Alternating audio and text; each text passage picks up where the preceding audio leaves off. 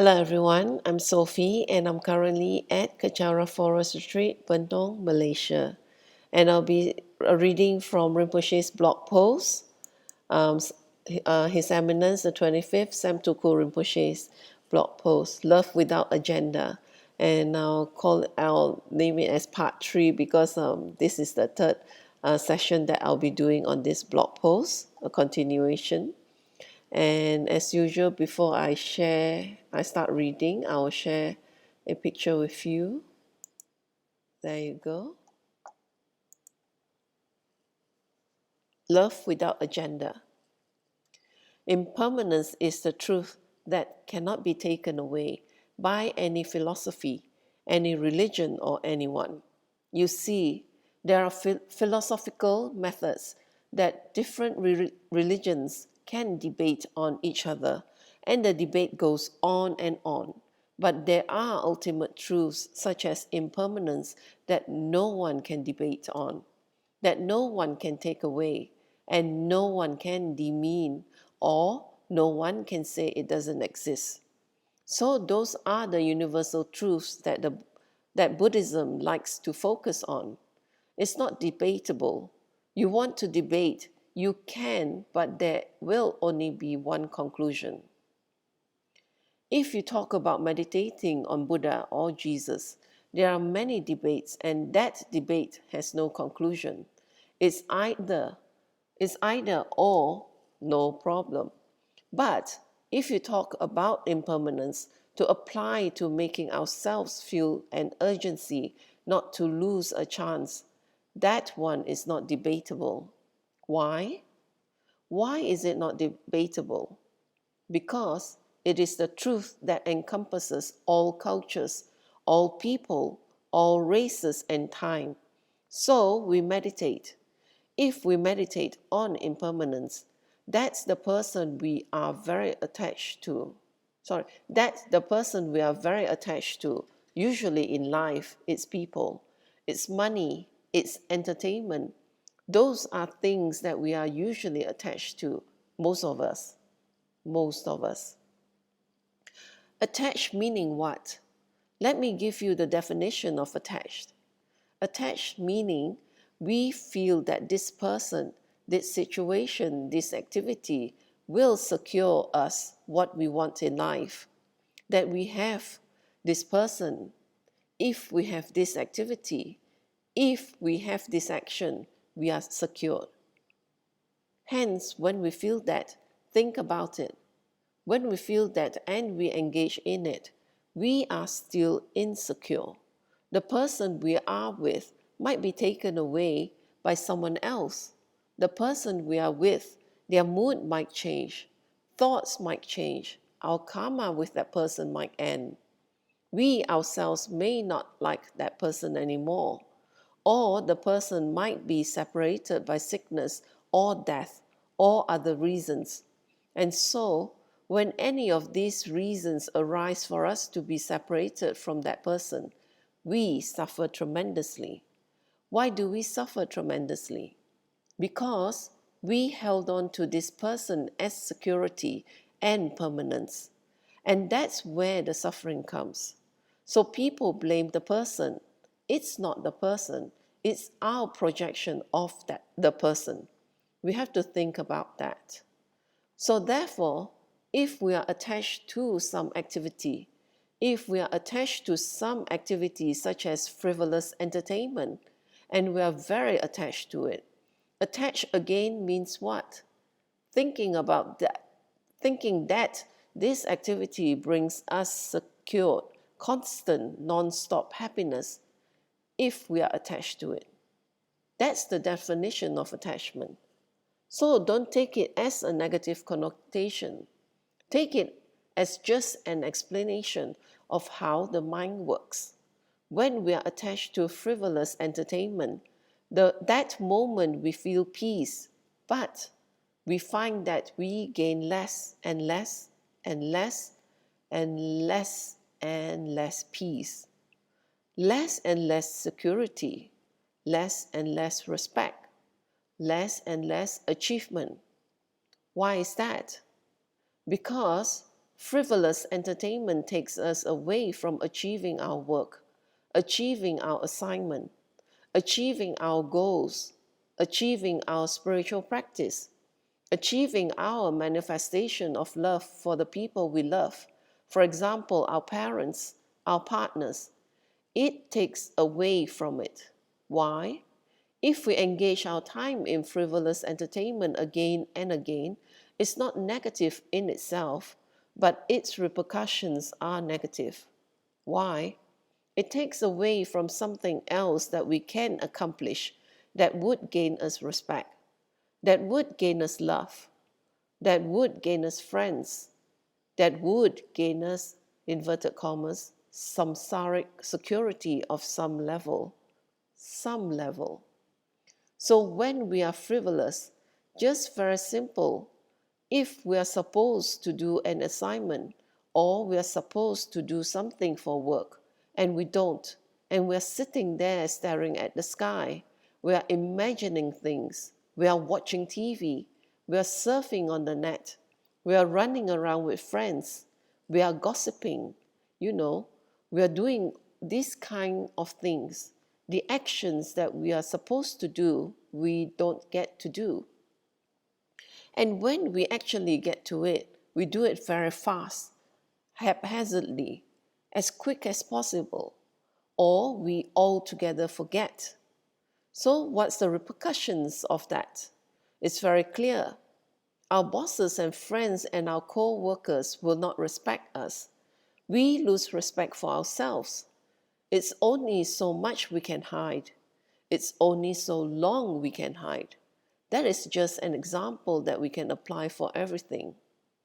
So when we are attached to frivolous activity, the frivolous activity of watching videos and surfing the net and running around and talking, gossiping and going out to eat and all that, well, in itself is not negative. Those itself are actually neutral. What makes it positive or negative is the result that it bears for us and others. So what makes it negative is the result that it bears for ourselves and others. So how? If people ask, how do I know if it's good or bad? You look at the results. Look at the results. That's very, very simple. How do we know? Example, this one, it says, how do you know if the Lama's action is good or bad? Look at the senior students. Look at their mind. Look at their level. Look at how they think. Look how hard they work. Look how devoted they are. Look at how they change their lives and other people's lives. So how do we know if the Lama's action is good or bad?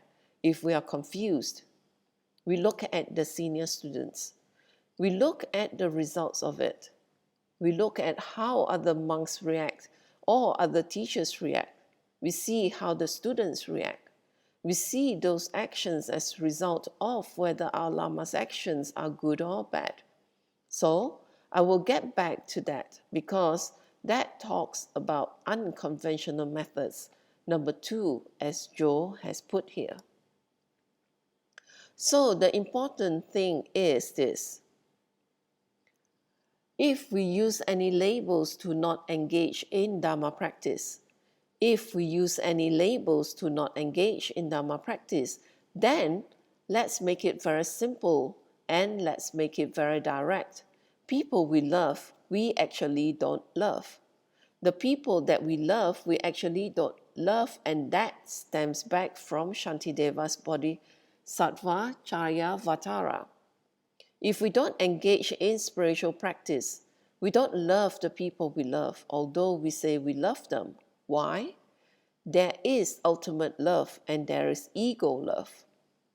Ego love is, this person gives me security. This person helps me to distract me. This person helps me to make my time go away easier. This person helps me to relieve my stress. It's always about me, me, me, me, me. So what happens in fact with this person? We create even more negative karma. We create even more negative affinity. So that's why certain people we meet in life after life, after life, after life, after life, even in certain situations, if our relationship is very pleasant with the person, if we look at a very superficial level, yes, it's a result of good karma. But think now, for a lot of you, we can go to the next level now.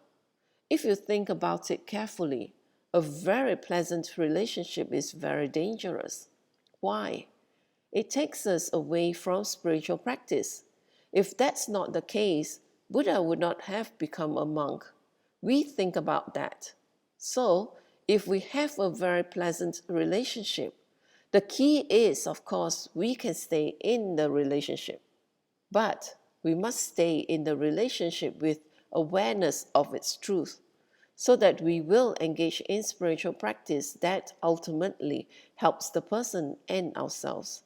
And that's why I always stress, if you love your mother, if you love your father, if you love your friends, and you love the people who are kind to you, you will engage in spiritual practice.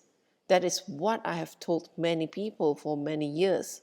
A lot of people look at it on a very superficial level. Oh, I make offerings for my mother. I dedicate for my mother. I help my mother. It's very good, but that is very superficial, and that doesn't go very far.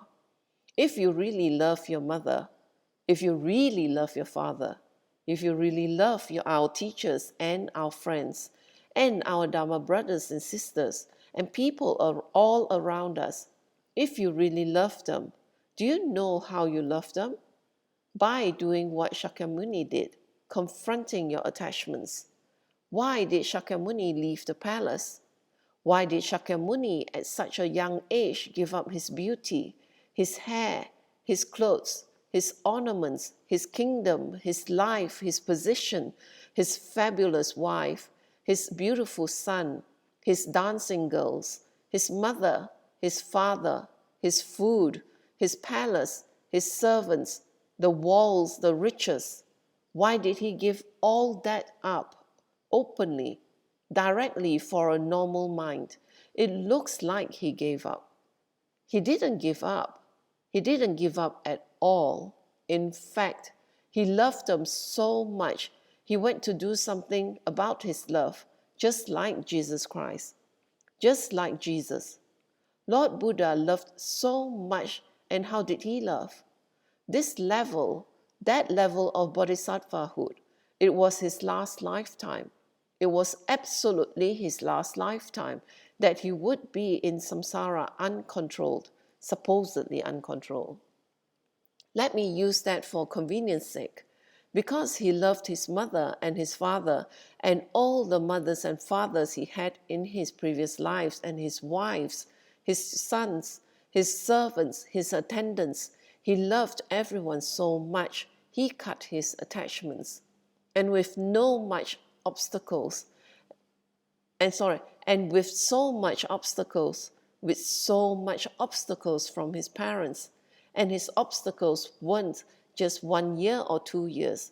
It was from the time of his birth that they protected him and avoided him from seeing the truth and the sufferings and the difficulties of human existence, old age and sickness and separation. They separated him from that. They avoided him from seeing that. They did everything they can to stop that. But because his imprints were so strong, with so much obstacles, if it was our case, imagine, just imagine. Imagine Lin Tak Ming, you surround him with 900 beautiful dancing girls, voluptuous, and then we say, go be a monk. Maybe, but it would be very hard, very, very hard. Imagine cocky, we fill the room with our books and pizza, and we say, go be a monk. Oh yes, forget air conditioning too. Think about that. It sounds like a joke, but all of us have these attachments. I do too.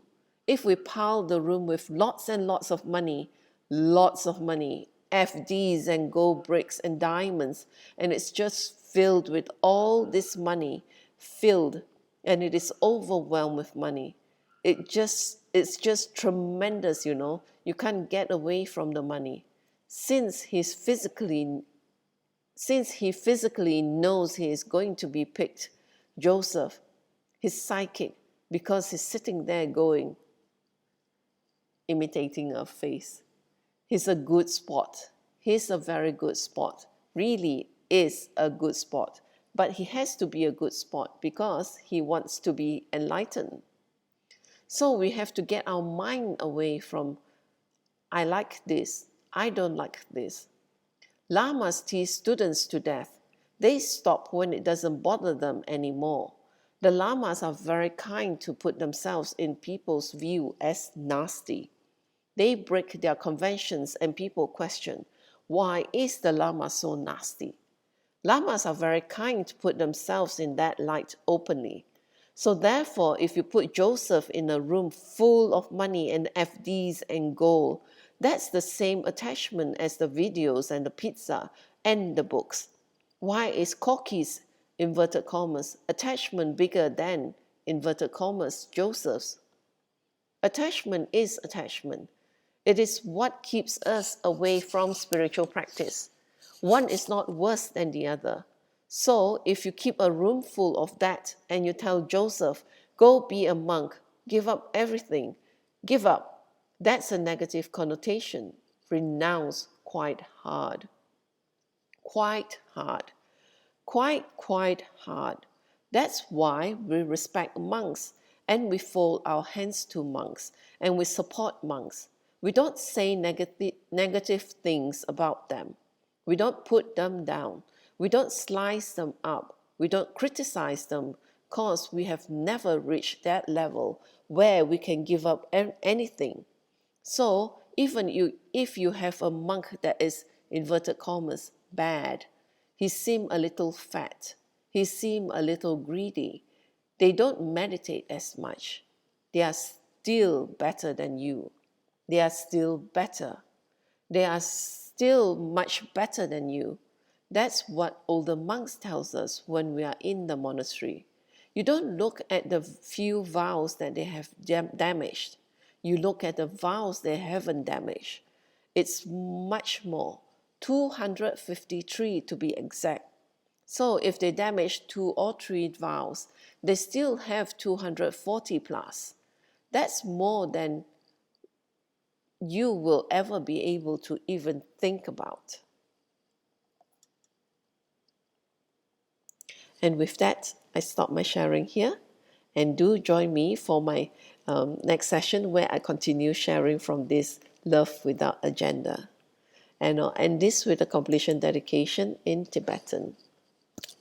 Jang yo sen jo rinpoche ma ke pa nam ge shi ke pa nam pa me pa yang go ne gon do pe wa shu to ni jo rinpoche ma ke pa nam ge shi ke pa nam pa me pa yang go ne gon do pe wa shu da so ji ni sa pa ge wa di ta tan ro wa go la ka pa dang je pa je so no san tra pa yi tam pin yin po rin du sa se sho ke wa kun tu yan da la ma da ro mi chu ki pa la lo cho jing sa dam lang yi yo te ra so ne do je chang yi ngo pa ngo tu so ge wa di yu du da la ma sang yu jo yo ne do wa chi ke malupa de sa la go pa shu choki ke bo sung ga pa cho su nam pa pe wala ge ki sa ma si wa dan tu ki ma lo sa wa shu da dam sing yi do san dan dre wa song yi la te ne ge wa lo san tra pa yi tam pa yo river ge yu shi ni mo de le sen de le ni mi gu nyan de le shi ni sen ta tu de le pa kun chu sung yi jing gi lo kun chu sung yi ngo tu so kun chu sung yi tra si shu Yesu lama kusen rap ting ching nam ka trini cho chu ke pada lo sam tempe dro mi sap songi dro e mun sa ta to ni ge shi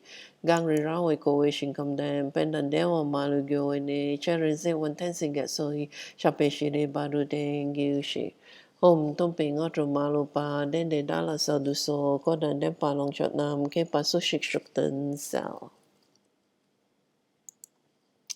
Thank you for sharing your time with me, and I see you for my next session.